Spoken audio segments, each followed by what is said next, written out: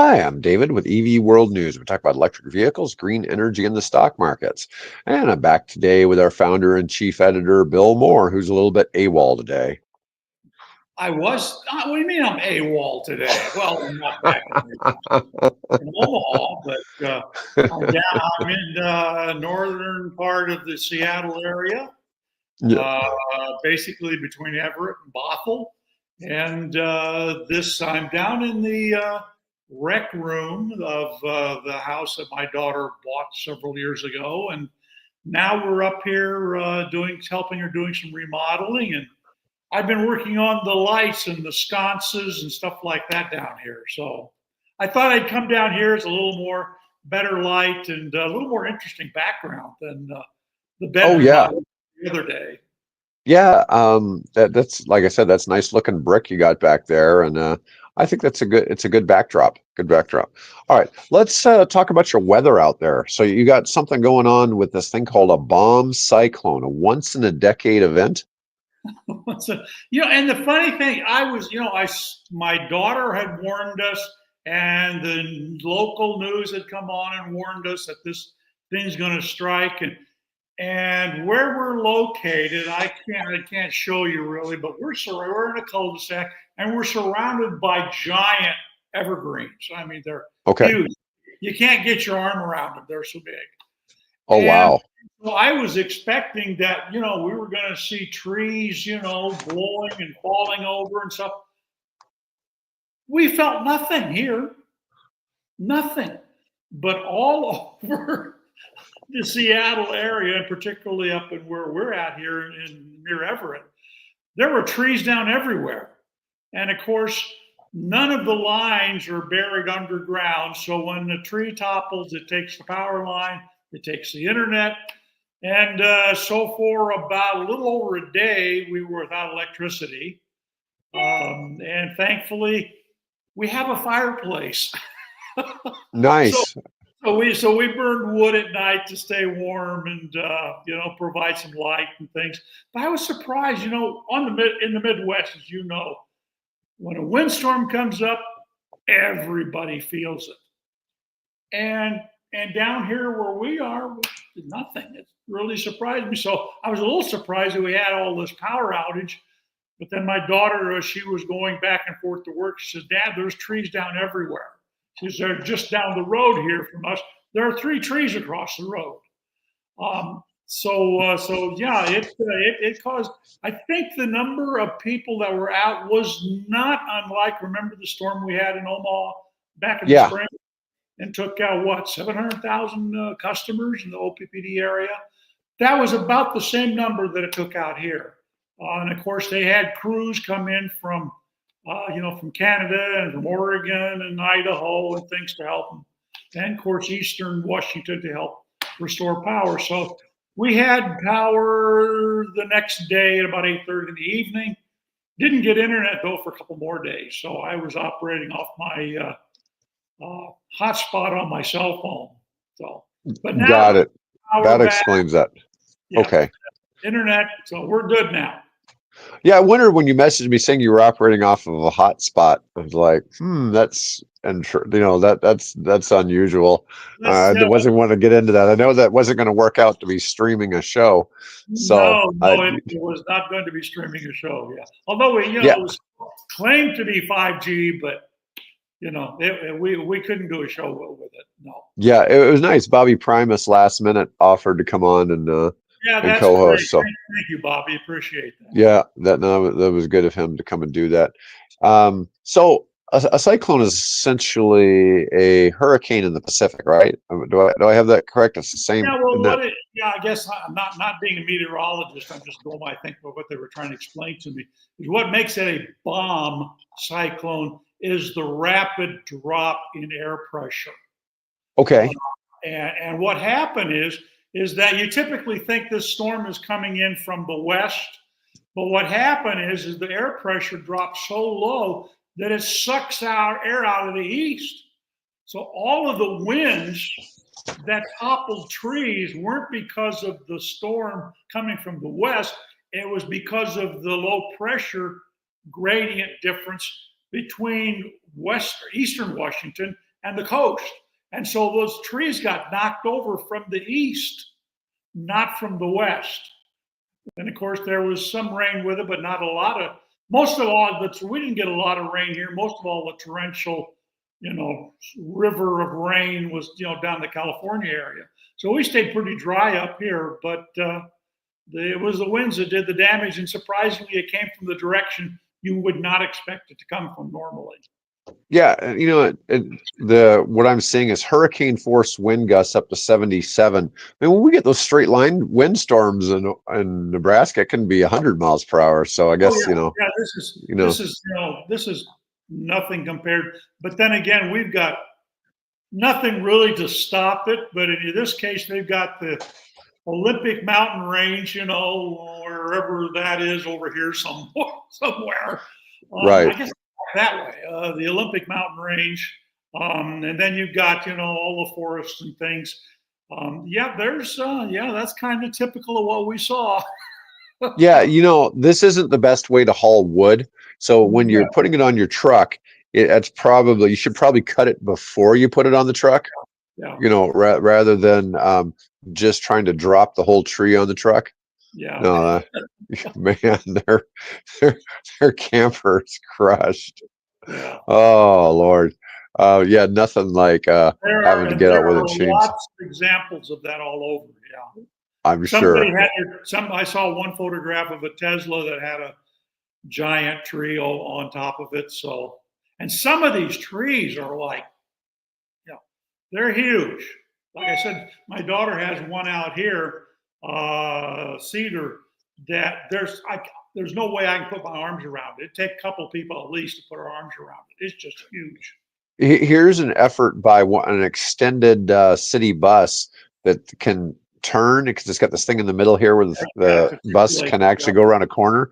Right.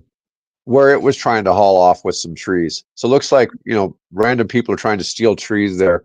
No, but they're having to get this big tow truck here to try to get the tree off of the apparently it was pretty big. You see parts of the tree over here and over here. They had a bucket truck for cutting it up, and that big semi style tow truck to try to help.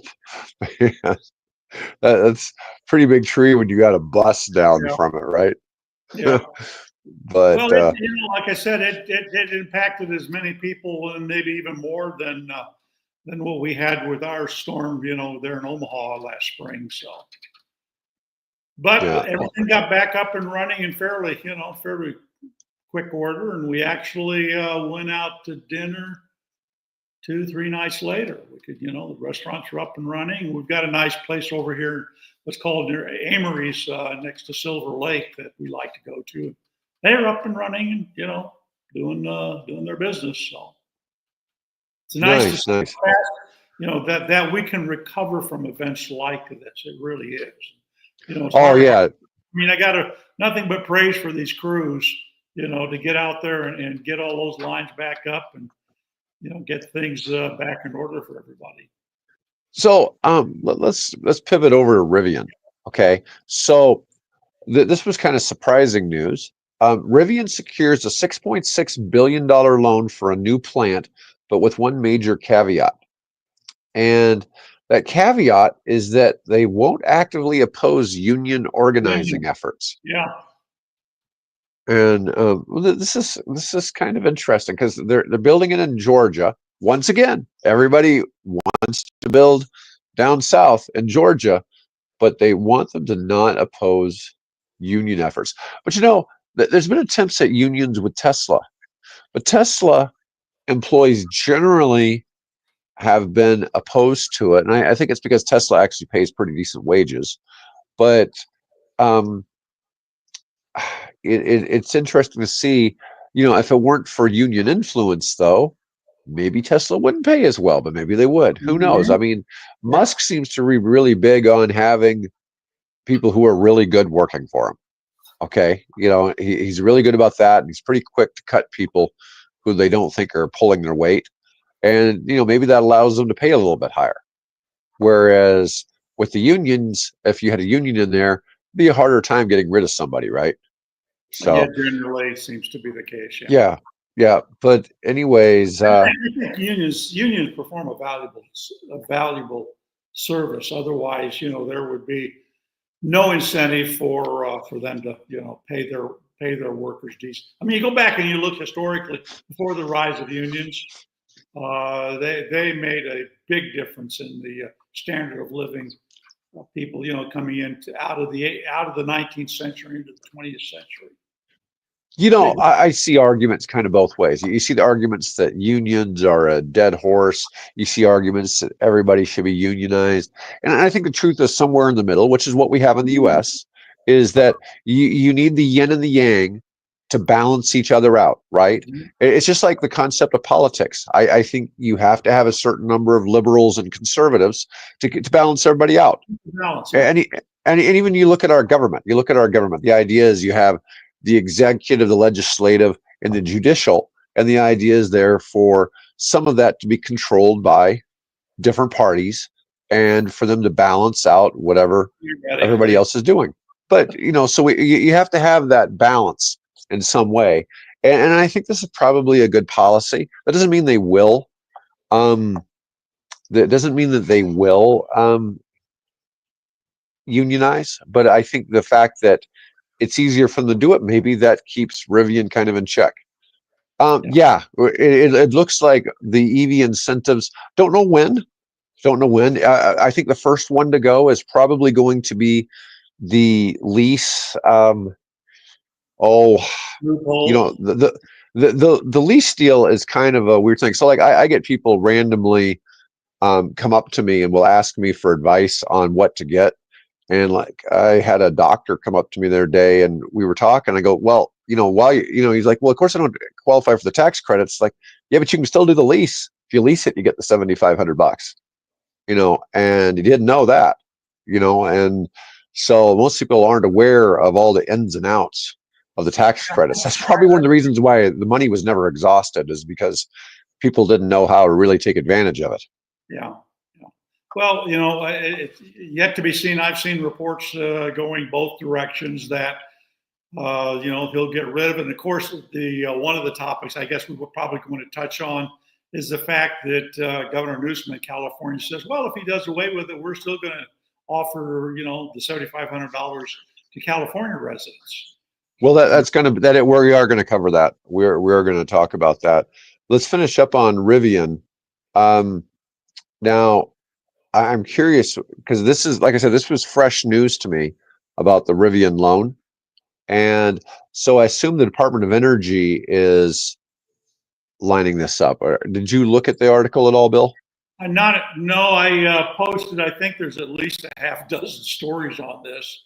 And obviously, okay. I can't read them all, but the one I wanted that you pointed out was the caveat. I mean, all of the measures that are, that the government typically would require of a company that they're going to loan money to. This is not a grant.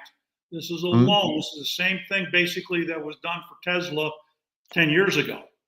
Right. Loan money, but to get that loan, they have to meet various important milestones. The one caveat that is somewhat different is the fact that in the past, there's been some pushback by Rivian management to the unionization efforts. And so in writing this particular loan agreement, they stipulated that you can't actively. Now, it doesn't say that they, that you have to accept a union. It just says you can't actively oppose efforts to organize under the union. That's the important caveat here. But they got to meet all the others. And if they don't, they don't get all. I'm sure it's done in stages. Right. You get the first bill, when you reach a certain one, then you get the next one, and so on down the line. But you have to make sure you're giving the workers the opportunity to make the decision as to whether they want to be in a union or not. So the loan would enable Rivian to more aggressively scale our U.S. manufacturing footprint for our R2 and R3 vehicles that are more affordable.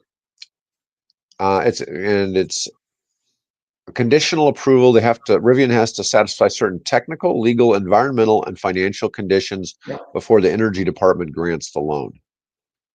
That's kind of interesting. Rivian won't oppose union organizing efforts at the Georgia plant. But that loan won't guarantee unionization.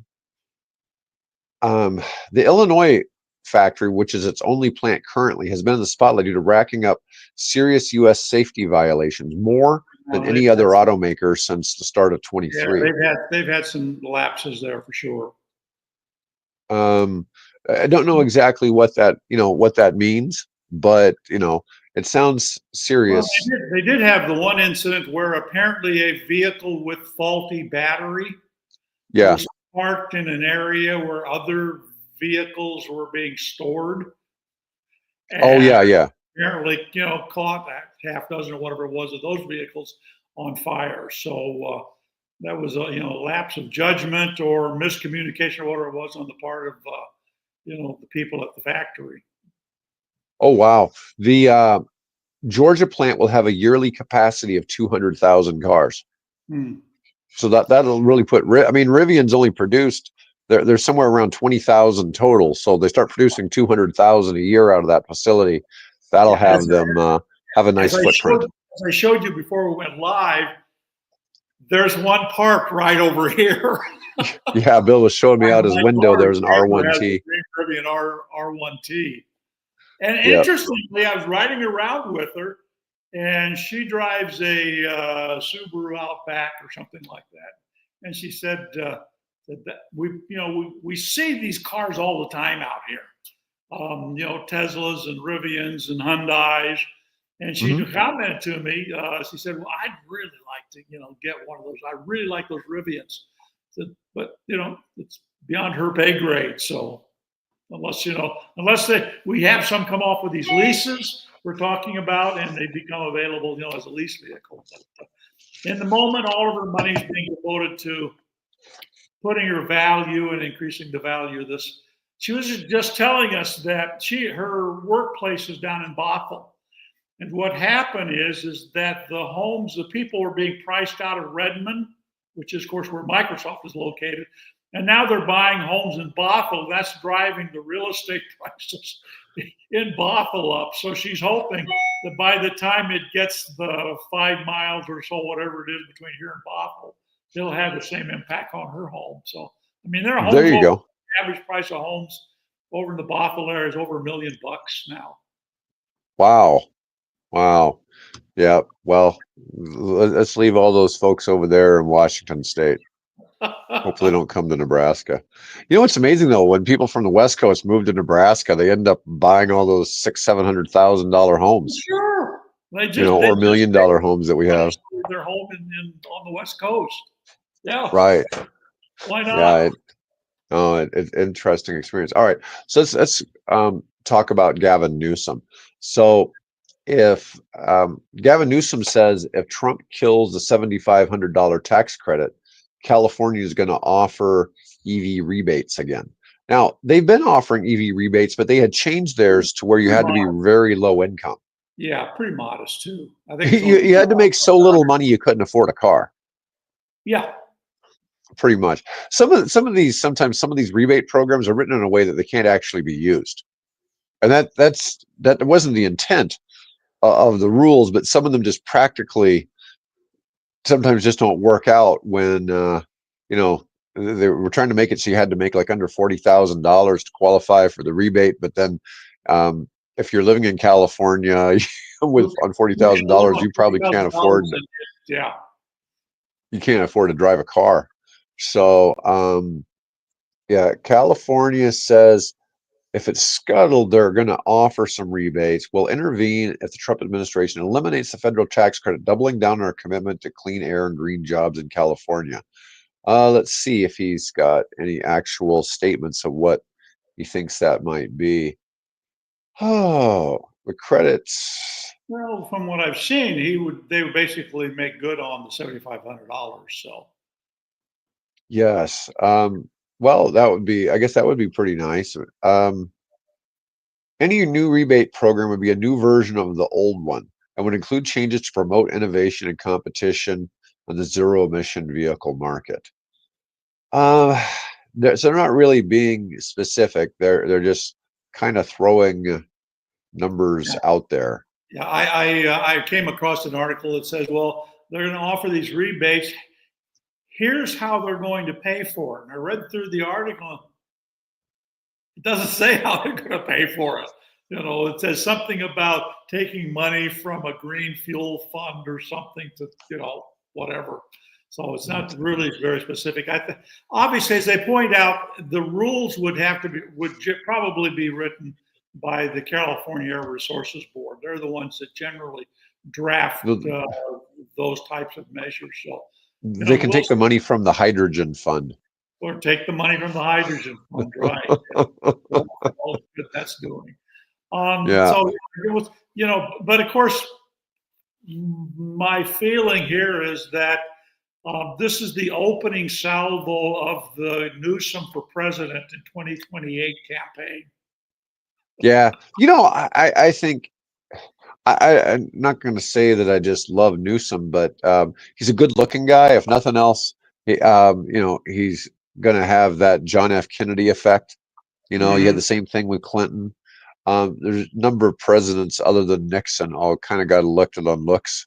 That was the thing, Nixon ran against JFK. He didn't really have a chance there.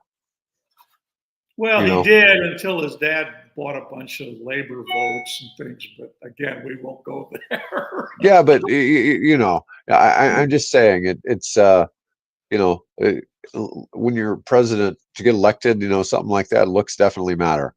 Oh yeah, absolutely, and, absolutely. The famous debate that they had on TV where Nixon, had his makeup artist wasn't as good as Kennedy's makeup artist, and so he came looking pretty poorly. And then of course the kitchen debate with Khrushchev, which was several years before that. But he got his revenge though, didn't he? Yeah, I guess. He got in there. But an interesting tale. But again, we won't go there. Yeah. Well, anyways, let's go ahead and cover, do EVs hold their value? Here's how electric cars fare on the secondhand market. Now, this is a European article. The European perspective on it, yes, not American market. Yeah. So depreciation is one of the most significant costs in vehicle ownership. The moment a car leaves the dealership, it begins to lose value, and over time, mileage and wear further reduce its resale price. How do EVs compare to internal combustion engine vehicles? Now, by 8 to 10 years, most vehicles have lost the majority of their value. But you have some cars like Range Rovers, in 5 years, man, they've lost like 80%. There's a lot of cars that really lose value fast, but a lot of that is because once you get a 5-year-old Range Rover, you're about to head into the major repairs. It's going to be very expensive. Yeah. Let me see.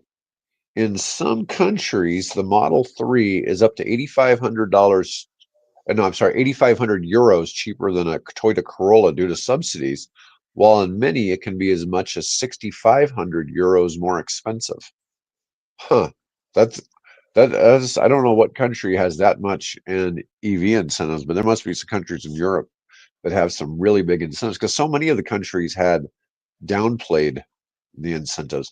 It's probably when you look at the Scandinavian market, because the Scandinavian countries took away the VAT on those vehicles. Right. So if you've got no VAT on the Model 3, but you do on the Corolla, then it should end up technically being cheaper. I mean, while they may not technically be giving tax credits like we do in the United States, they've solved it by they have those national sales taxes that we don't have in the United States.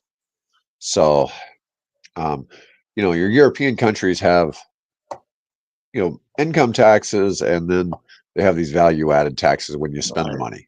So they're getting you coming and going. It's not like we don't have sales taxes here. It's just then they've got, healthcare and safety nets that we don't necessarily have here. So I mean, there's Right. Right. Yeah, and it's an interesting interesting catch of how those differences are sometimes in the countries, because we have our sales taxes in the United States. I don't think there's any place in the United States that's over 10%. Most are like 6 to 8% sales tax. When you add the VAT taxes, they can range anywhere from 15 to 50%. huge. Yes, yeah, they're serious. Now, they might not call it a tariff, okay, but in a lot of cases, those numbers are higher on, for certain countries, and it really is a tariff, but they're just calling it part of their value added tax. So it gets, it's in the details, right, Bill? There are people that have university degrees that study this stuff. So Right. I'm not going to pretend to understand it all. No, I get it, but electric cars have historically followed a different depreciation curve compared to ICE cars. Initially, EVs depreciated faster, primarily due to rapid advancements in battery technology. As newer models with better range and charging capabilities emerged, older EVs lost value more quickly. Now, what they're not bringing here in the United States, one of the things when we look at the depreciation change in an EV is that $7,500 tax credit. So you had a $50,000 EV. It really was a $42,500 EV, but they're showing that $7,500 as being because that's 15% of the price, right, being a 15% immediate depreciation on the vehicle. When in reality, that really wasn't the actual sale price of the vehicle.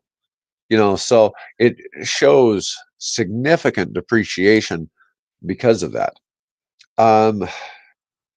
A survey of 20,000 EV owners, and this is in the EU, found that only 2.5% of batteries had been replaced outside of manufacturer recalls. Yeah, that I found really interesting. Yeah. Battery degradation is occurring at a much slower rate than was initially feared, offering potential buyers greater confidence in long-term durability of EV batteries. Despite new EVs typically offering warranties of 8 years or 160,000 kilometers, which is magically 100,000 miles, concerns about battery longevity persist. However, data from Recurrent, a company specialized in EV battery health performance, provides reassuring insights. The second key factor to take into account is technological advancements. Newer EVs continue to deliver longer driving ranges and faster charging times, making older models appear outdated. That's one thing right now. If somebody's really going to go spend a lot of money on an EV and they're going to travel it all in it, I would try to really get one of the ones that's capable of taking the 800-volt charging, because we know that's going to be the standard in the next 5 years, right? So why get one that can't take the super fast? We call it supercharging, but there's really going to be fast supercharging. We're going to go from adding, what is it, like 10 miles a minute to 40 miles per minute. And we have some batteries now that in testing would demonstrate 0 to 80% in 5 minutes. Well, but how big is the battery, right? So we know that like that gravity one can add, a gravity charger can add 40 miles per minute to a car battery that's designed to accept it. Right. That has the electronics set up to accept it. We know that technology is there. And so you got, how much of that can you accept? Well, this is one of the things. So they're not really depreciating the way people think they are. So if you take away the tax credit out of the initial price and only depreciate from the amount after the tax credit, they don't depreciate any faster than other cars. Now, there's some exceptions.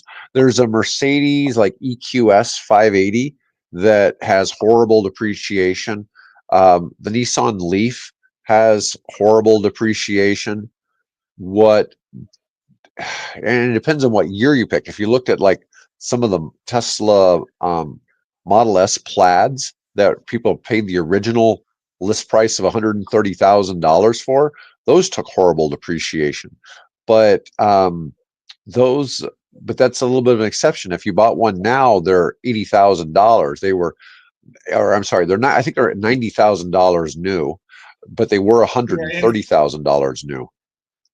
yeah, and in Well, fairness to EVs and ICE cars, they all, the minute you drive them off the lot, they mhm, experience significant depreciation. Is there yeah. any car that does not experience that kind of depreciation? So is the EV depreciation higher than a gas car? Probably in some cases, yes. Is In that some the cases, are yes. they You know, are they yeah, are they an investment per se? No, they're not an investment unless unless your investment is considered. I have to have this to get back and forth to make money or whatever. But even then, it's still depreciating equipment. So it's not like now, you're owning a stock where the value is going up because of the success of the company or demand for that particular asset. yeah. So I don't know if it's fair to to paint EVs as being a money pit. A boat is a money pit, Yeah. an airplane is a money pit, So that's just the nature of the technology, the nature of the product. Yeah, and there are some vehicles, but like Tommy's saying here, battery tech becomes obsolete within a couple of years. Well, I don't think I would really call it obsolete, but it's not so much even the battery technology. The batteries are simply becoming cheaper. And so what's happening is the value of, and it's much like computers, the cost of the batteries is halving every 2 to 3 years. So that's not necessarily that the batteries are changing a whole lot. We do see advancements in technology and things like that in the batteries, but what we're not seeing is that the old batteries still aren't useful because people are still running Teslas from 2012 and they're Oh still yeah, getting updates on them, and they're still running a lot of them are still running the same old batteries that were original in the vehicle. Just depends on what kind of mileage you got in there. Let me see. Oh, Bobby says, I read an article saying replacement EV batteries will drop dramatically, which also cause insurance on EVs to drop. You'd think insurance would keep up. Before we came on the show today, Bobby, we were talking about one of my kids was in a car accident a couple of weeks ago. It wasn't his fault. His car got totaled and he's shopping for a used Nissan Leaf Plus. So we kind of narrowed it down to either get a used Leaf Plus, which has over 200-mile range, because a lot of the Leafs had like 80 to 150-mile range, or a Chevy Bolt. And anyways, the you know he had a Toyota Corolla before that, and he barely got bumped, and the damage was like $9,000, and I'm just like, how could it be so much? I mean, it just didn't seem. I looked at it; it looks like somebody should be able to fix that for a couple $1,000. I suspect what'll happen is the insurance company will sell it off. somebody will rebuild it with a mm-hmm. rebranded title, and we'll sell it again. No, the But Prius that I drive is that way. It was a brand new car that had a front end collision in Texas. One of my readers who specializes in this particular area bought the car from the whoever was selling it, the insurance company or the auction, restored the front end, and we had a car when we picked it up that had 1,200 miles on it, and it looked like it was brand new. And now, so we paid. Oh, it was under $20,000 for it. It was basically a brand new car that we paid under $20,000 for. Of course, it had I guess you could say, a salvage title, but it's worked great since, and we didn't have to. We got a good car, and we're still driving it. So, yep, in fact, yep. we got us to the airport. Tommy says, I live in Edmonton. There are no superchargers north of where I live. That is a problem. Well, I mean, I guess the solution is don't drive an EV north of there, unless you're fully charged from home. That is definitely a problem if you're going to go into some area Yeah. that's going to be remote. And Edmonton is what, the oil, the Houston of Canada? Pretty much. Pretty Yeah. much. So, Let's see here. Oh, and level 4 supercharging is a 500, I think is a 500-volt architecture. It's still not 800-volt architecture. So this new so Tesla's not doing the 800-volt architecture for their superchargers yet. I'm sure their version 5 probably will be, but there's a company called Gravity that's doing superchargers in New York City, and they have this 800-volt architecture, which of Tesla's, the only vehicle that can take it is the Cybertruck. None of the other Teslas that are currently made can take it. There's some Hyundais that can take it. There's some Porsches, and there's a couple other cars. Now, there's for 26, I bet you probably have almost every, or most EVs will probably be designed to take that type of charging. But we're just saying that it exists, but it's not common, and it's not gonna be common for probably 5 years. Okay, I just don't see it being rolled out to the whole country in a brief period of time. And the other thing is, all these superchargers that are out there, these level 3 chargers, people don't want to just yank them out. They spent $150,000 a pop to put those things in. Those are going to stay in place for a while, but you're going to keep seeing, maybe a higher level charger get added in with them. I think you're going to start seeing a mix at charging locations where there'll be some older style superchargers and newer style superchargers, and they're still going to be first come, first serve. But then, somebody will get there. If they can take the faster charging, they're going to take it. They're going to take whichever one is quickest for them. Hey, I just want to jump in here real quick. You notice the improved lighting? Well, I noticed it's gotten darker. Oh, the sun has just come up over here. Oh, okay. Yeah, so I saw that story about the guy who bought that Porsche Taycan for 140,000, and then they were trying to tell him it was only worth like $39,000 for a trade a couple of years later. Well, the Taycan's got a couple of issues. For starters, it only had a 200-mile range to start with. Okay, you're paying $140,000 for a EV that only has a 200-mile range, and that was also, though, the idea of that was what they were willing to give him in trade for it at the Porsche dealer. Okay, so that wasn't necessarily a fair market sale. He might have been able to sell it himself to a regular buyer, or to a private party for maybe 50,000. There was a big gap there in that. But that Porsche Taycan and what I was talking about with the Tesla Plaid, I mean, we've seen some horror stories of people that have the Model S Plaid that bought it the day it came out, and how bad that's depreciated. Because, like I said, they sell them new for $40,000 less now for the same vehicle than they did 4 years ago when that came out. Let's see. Oh, just by the way, I was making some gestures and things here. My wife came in and wanted to grab something off the hearth here. That's funny. Go ahead, so for starters, batteries don't explode. Okay, they can have a slow starting fire that's really hard to put out, but they do not explode. So yeah. I see that all over the internet. It's like about battery explosions, and I'll even see that in titles of articles. But it's like, there was no explosion. The thing just caught on fire, and it slowly got to be a bigger fire. They don't just go up like gasoline does and ignite and boom. They are very slow starting and slow burning, and they burn for a long damn time. They're very, very hot. Yeah, and this is something I think a lot of people don't understand about EV batteries. The EV batteries are so big that they have massive value as energy storage for green energy. And so what's happening is there's uses for them as grid storage. So what they're doing is they're taking the batteries and they're replacing like gas generators and diesel generators. So what'll happen is you'll have solar during the day, you'll capture it on these batteries at night, or on these batteries, and then you'll use the power during the night that came in from the solar. So what's happening is EVs, those batteries have a lot of value still. Tesla, when they replace batteries, they put them all in use at their own factories. which is kind of cool.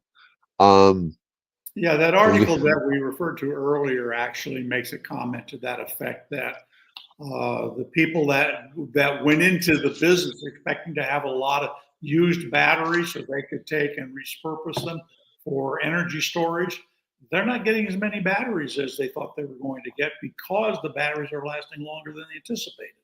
Yeah, same with the recyclers. The recyclers really are not getting the batteries that they think they want. I have had people reach out to me. It's like, hey, we have a recycling facility in Vietnam. Do you know anywhere we can get EV batteries? Like, why? Nobody has any that need to be recycled. Because the ones that are coming out of the used cars are getting repurposed. So the Leaf is the only used car you can find for under 20,000 in Canada. You know, I was telling Bill earlier that just finding a used EV for sale in the United States that qualifies for the $4,000 tax credit is really difficult because they sell so quickly that it's a real challenge to find anything there. And the thing is, um, you know, do you really want to get Bill has an EV that gets, what do you have, like an 80-mile range, 100-mile range, something like that? Oh, yeah, 80, 100 miles range. It depends Yeah. on the time But of year and the temperature outside. So, yeah, I think for most people are going to want a longer range than that.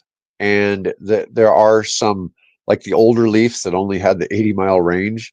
It's just not a lot of range. But if you're only using it to drive back and forth, yeah. If you're only using it to drive back and forth to work, that's fine, as long as you're never really going to go anywhere. Those EVs really, I hear people all the time say about EVs only being like a city car. Well, there are plenty of those made. The what is the one, the Mini Cooper EV? It's kind of the same way, only has like a 100-mile range. There's a whole lot of ones that were kind of designed to just be a city commuter car. Usually on models, I think the new minis have a considerably longer range to them now. Yeah, almost everything's now starting to have a longer range. It's pretty rare to have something that is not. It's funny. We have two vehicles. So we've got the one that we do 90% of our driving is the Fiat with the 80 miles, range, which is sufficient for me to run almost an entire week of just running errands into town and back.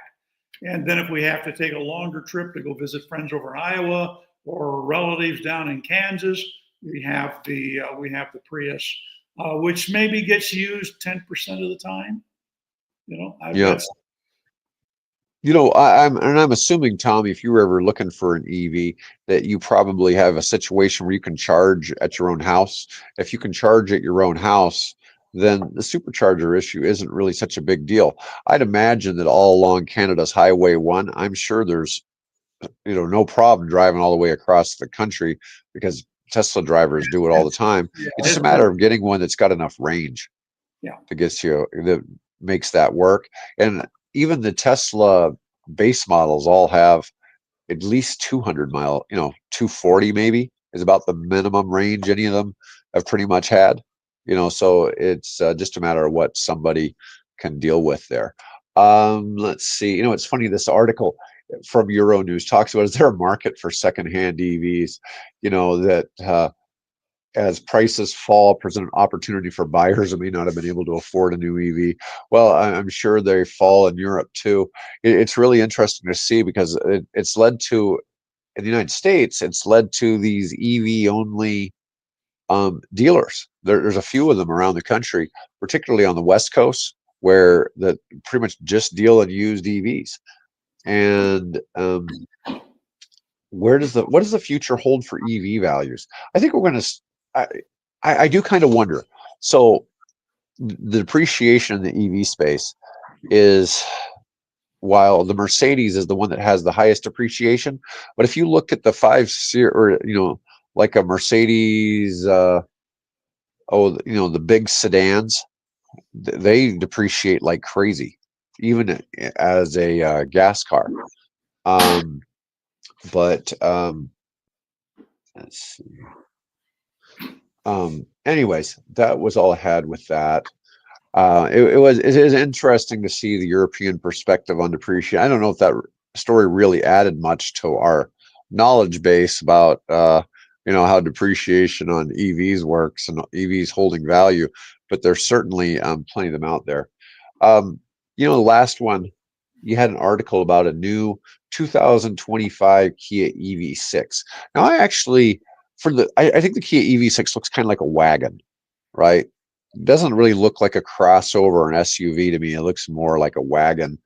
But let's see. Here is what the 2025.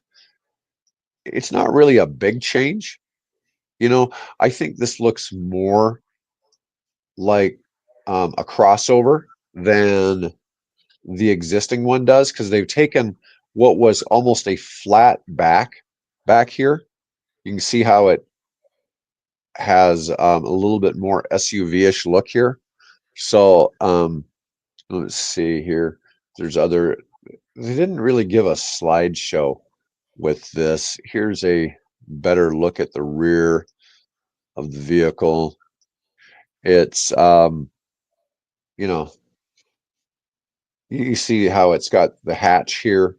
I mean, I think the EV6, the current one, has something similar, but the current one comes out more like all the way across to the back and then down, which gives it more of that station wagon look. But I still like the look of the current EV6, but this is going to look more like a more traditional crossover. So it's a decent look. I don't think the inside really changes much. There's another look at the outside. But that's for 2025. I'm sure Kia is going to kill it with that. I'm sure that's a vehicle they're going to make in. They're probably making those in Georgia, I would imagine. But it doesn't really talk about where they're manufacturing it. Let's see. We have some more discussion over here. Being an early adopter is always a losing problem. The EV market will stabilize in the next couple of years as EV prices come down and range goes over 300. There's no question, because like Tommy was saying about the Porsche Taycan, and I was talking about the Model S Plaid. You get a lot of people. It's like a lot of people rushed out and bought the Cybertruck Cyber Beast for $120,000, and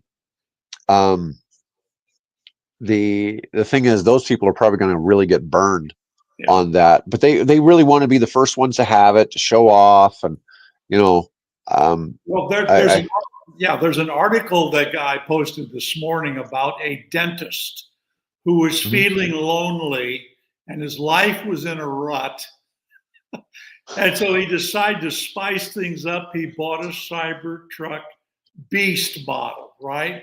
And now he's got all kinds of people coming to talk to him, and it's just been a big change in this I think they call him the lonely dentist. That's funny. Dentist life, the guy at EV Auto out in Salt Lake City, they take their Cybertruck, and people ask them to bring it to some kid's birthday party.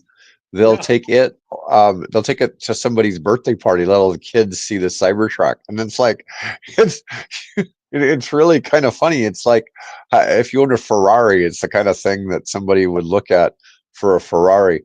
Yeah, Reza. It's really kind of funny you mention that, because a lot of people say the worst experience you can have with a Tesla is renting one from Hertz. Okay.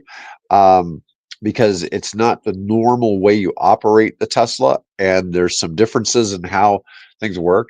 But if you rented a Chevy Bolt or some of the other EVs that they have as rentals, it's probably the traditional experience you have from those manufacturers, but you don't get the Tesla experience from renting one from Hertz. Yeah, take some instruction, and it's not like hand the renter the keys and make sure you bring it back with a full tank of gas on time, right? My recommendation, if you're going to rent a Tesla, is that you're already a Tesla owner, and you're in their system, and that would help out. But otherwise, it may or may not be a real good experience renting one from Hertz. But otherwise, now that being said, if you rented one off Turo from somebody who owns one personally, that's probably a pretty good experience because they have a very similar to an ownership experience. Yeah. Yeah, so there's differences and definitely in those situations. Well, folks, we appreciate people watching. Yeah, We have lots of my derriere is getting tired. I'm sitting on a stool, not a stool, a step ladder. and my laptop is here on my daughter's aluminum ladder. Right height though, it works great. Oh, that's hilarious. Yeah. Well, whatever you need to do to set up a studio, right? Out doing things, cleaning. Yeah. Well, folks, I want to thank people for watching. We should be, well, let's see now. Next Tuesday, I may still be here. Okay, yeah, we're gonna skip the Thanksgiving show. I am doing a show. We're gonna start late, a little bit late tomorrow. We're gonna start about 2 hours late tomorrow with Mike, but we will do a show tomorrow. But there will not be a show on Thursday. So otherwise, people have a good Thanksgiving. And like I said, I'll be back with Mike tomorrow, and hopefully, I'll be back with Bill on Tuesday. But we'll see. As long as he doesn't have another bomb cyclone. When I'm back in the office. So all right, here we go. Bye-bye.